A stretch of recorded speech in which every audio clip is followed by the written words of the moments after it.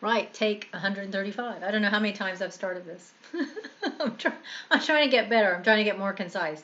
So I know before I said I wasn't sure, do you start on a song or a joke? So I thought, let's go for the joke this time. So you heard about the dyslexic that walks into a bra. Ta-da! Okay, I know my delivery is not the best, so that career path is probably not for me. However, I had a secret wish when I was younger, probably in my 20s and 30s, to write comedy. Not for me to deliver it, but for someone else to deliver it. And I used to write notes. I've got them all over the place, notebooks, and I've got some stuff on the computer and that because it's something I thought would be fun to do. And I love writing. I find it very cathartic, and I'm a bit of a grammar geek. So I like my spelling and my there, and there's. And as you see, I've changed location, so I'm got a bit of color behind me, which is nice, and no socks on the radiator. When I watched the video, that was the thing I picked up on the most, the socks on the radiator. And a friend of mine did as well. She emailed and said, "Nice video, Terry, but the thing I noticed most was the socks." Anyway, so I'm here having it's Saturday afternoon, having a cup of Japanese oolong tea, which I just received in the post this morning in my beautiful Japanese cup, as you see, because that's the only way you can drink Japanese oolong tea. Anyway, what I wanted to do today is kind of introduce the my journey with illness, health and illness, and it's interesting that my experience. So everything I talk about is my experience. It may not be something that you relate to. It may not be what I do to solve my issue. Might not be what you will do to solve yours. But this is just my experience. For me, the journey to real health, real health, which I'm still working on because I think it's a slow progression, began with illness, which is sad in a way to have to go through that hugely challenging time, but it was the thing that kind of prodded me to pay attention to what I was doing to myself, to this my physical being. And basically, what happened was, so basically, what I've learned by this having this illness is that the responsibility for health is mine. I can't outsource it. So if I want to live a healthy life and not be on pills and whatever else, then I have to take responsibility and I have to do those things to feed. And it's not just what I eat, what I do in my body, but it has to be for what I do for my physical, my mental, my spiritual, and emotional. And it's all of those because we can be very stressful, which is more, I would say, more of an emotional thing, or we could be depressed and we could be eating the right things, but we could still be unhealthy. So it's about getting the balance. And it's hard to get it perfect. And I don't know. There probably are beings on this planet that do, but I certainly needed improvement. I wouldn't say my diet was really bad, but it wasn't the best. I did eat a lot of fruit and vegetables, part of my normal diet. However, I also did have junk food, maybe not every day or even every week, but I would eat crisps and I would sometimes go out and have something that was probably loaded full of fat and things. I had a vegetarian diet at the time. I've now since gone vegan, but I would say my diet was pretty healthy. But I would say the biggest culprit in my diet that was causing me to become ill was probably sugar. I would say that was for me. That's my experience.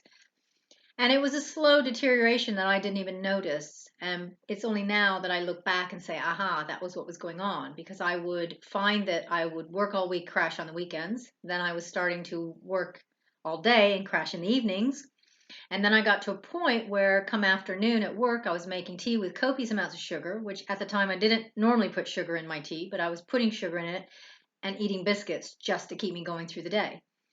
So it was very slow. I didn't notice it. I got to a point where I crashed and I went to the doctor. She signed me off. I rested for a month, went back to work. And then a few months later, I was back in her office saying, still really exhausted. She signed me off again. And after about a week, I thought, I don't get it. I have been sleeping and resting, and that was it. And it was almost like this little voice said to me, clean your diet.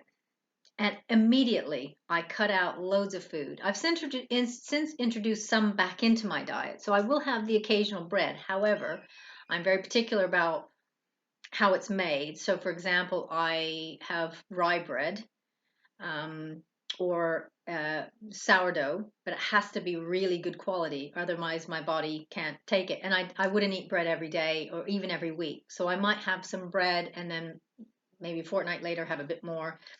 It's just what I cope with. But the biggest thing I did was delete sugar immediately. And I know that we can get what do you call it, withdrawal symptoms from sugar, or actually anything, caffeine, sugar, anything that we're addicted to. But interestingly enough, I never had it. And I think it was because I knew this needed to be done. And so somehow I knew within my inner self that I had the strength to just do it, get on with it, and become healthier. So that was the start of my journey. And in that time, I read loads of stuff. This has been my hobby basically for the last 6, 7 years, is health. I read lots of stuff. I still do it now, even though I'm on a good path forward. Read loads of stuff. I've been to classes. I started studying nutrition because I thought if I became ill through what I was doing diet wise, then maybe I could help other people. I went to a nutritionist. I go to acupuncture. I get chiropractic. So I do loads of things to help support my being.